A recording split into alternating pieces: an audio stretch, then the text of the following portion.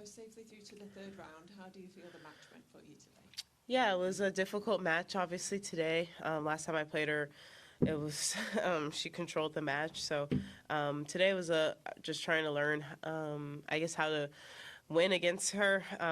Previous times we played that I won, I think, were on clay. So I think today was just more so trying to figure out the recipe on a different surface. How do you sort of make that mid-match? Okay. How do you make that mid-match adjustment in a match like that where, you know, someone who has played you hard before, how do you kind of like recenter yourself and then make that mid-match adjustment?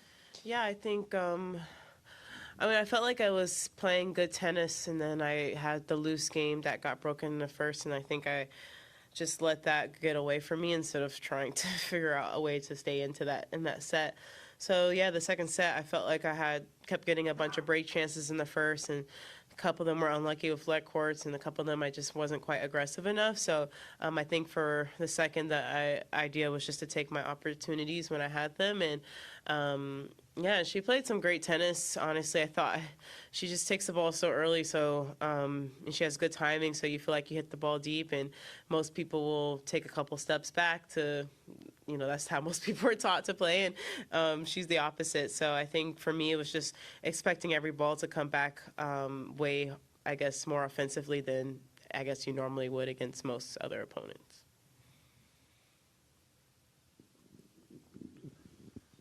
Hi, Coco. Congratulations.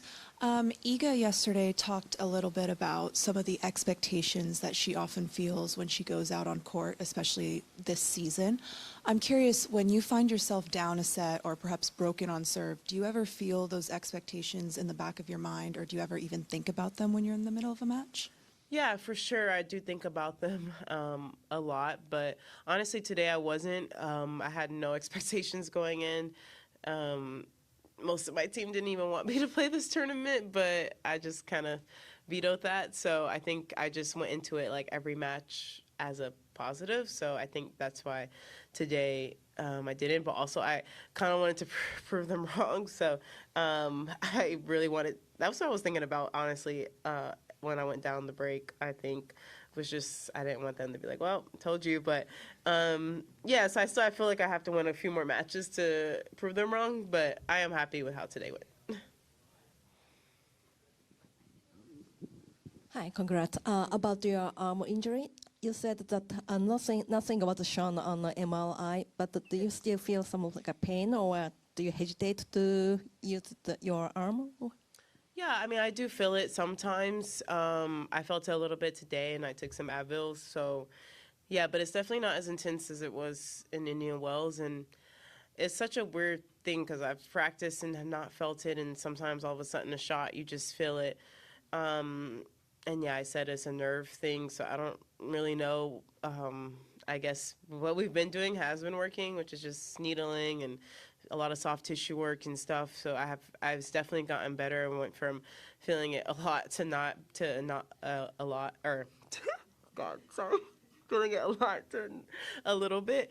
But yeah, I think it'll get better. I mean, it's just so weird because it is my left arm, and yeah, I don't know. Every time I talk to some professional about it, I'm like, it's like the weirdest thing because my whole life you would think it would be my right arm.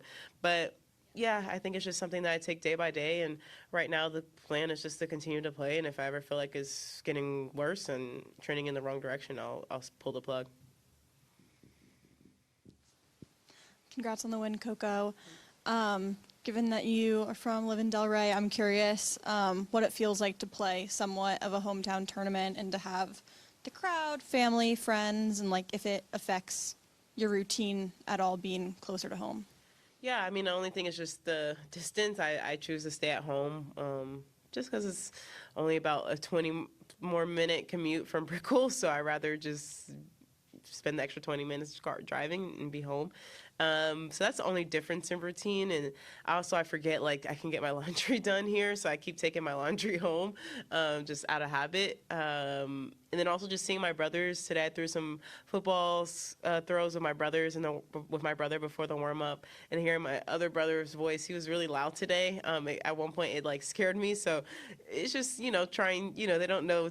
They do know tennis etiquette, but I guess they don't care because they've been around tennis their whole lives. But he just screams really loud. But no, I think the biggest thing is just wanting to do really well in front of your family. And I had to remind myself today that they're always watching, regardless if they're in person or not. So I try to take that pressure off. I guess talking about the crowd, I don't know if you saw, but Rory McIlroy, the Masters champion from last year, was in watching your match for a little bit. No, I didn't. Oh, That's cool. Yeah. Are you a golf fan, or what? No, I'm not, but I do know who he is, so that's cool.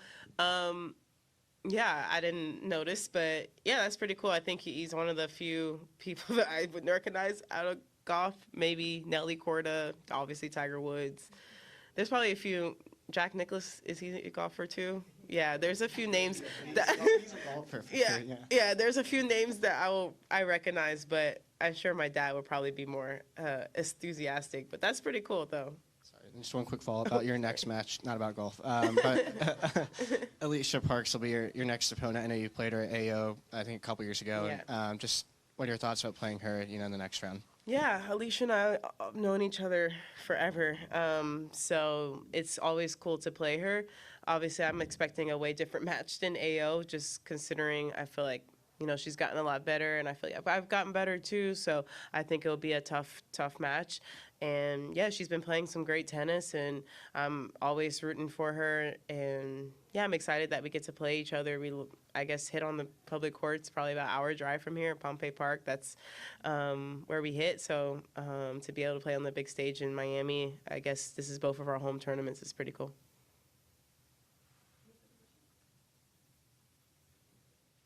Sorry, this question is a little bit off the topic, but you are open to talk about any kind of subject, like sometimes politics and stuff. I was wondering where that kind of like a knowledge or that kind of a brave came from your family, or can you talk a little bit about that? Yeah, I think from my family, I think you just grew up, I think, with strong influences in your family. My grandmother actually integrated a public school in Dory Beach. She was the first Black student to attend that school. So I think when you have someone like that in your life, you just naturally, that's just how I was raised. And we talk about tough things in our household. We talk about basically everything. And my parents have never told me to shy away from what I believe in.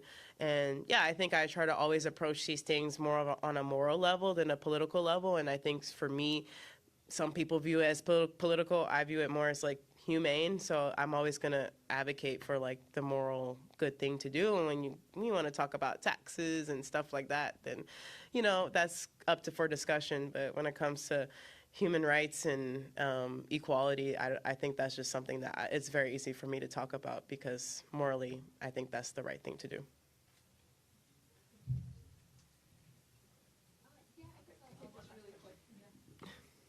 I was actually just going to go back to your response about, so your team didn't want you to play and you kind of wanted to prove them wrong. Mm-hmm. Do you kind of feed off that sort of energy of proving people wrong a little bit? Like, is that something that not that you like to do, but you kind of feed off that energy? Yeah, I think so. I mean, even last year, my team didn't want me to go to China, and then I semied and won there, so I don't know. Maybe I guess it's a thing. I mean, my parents will definitely tell you I'm stubborn, and I will stand on my hill. I'll die on my hill.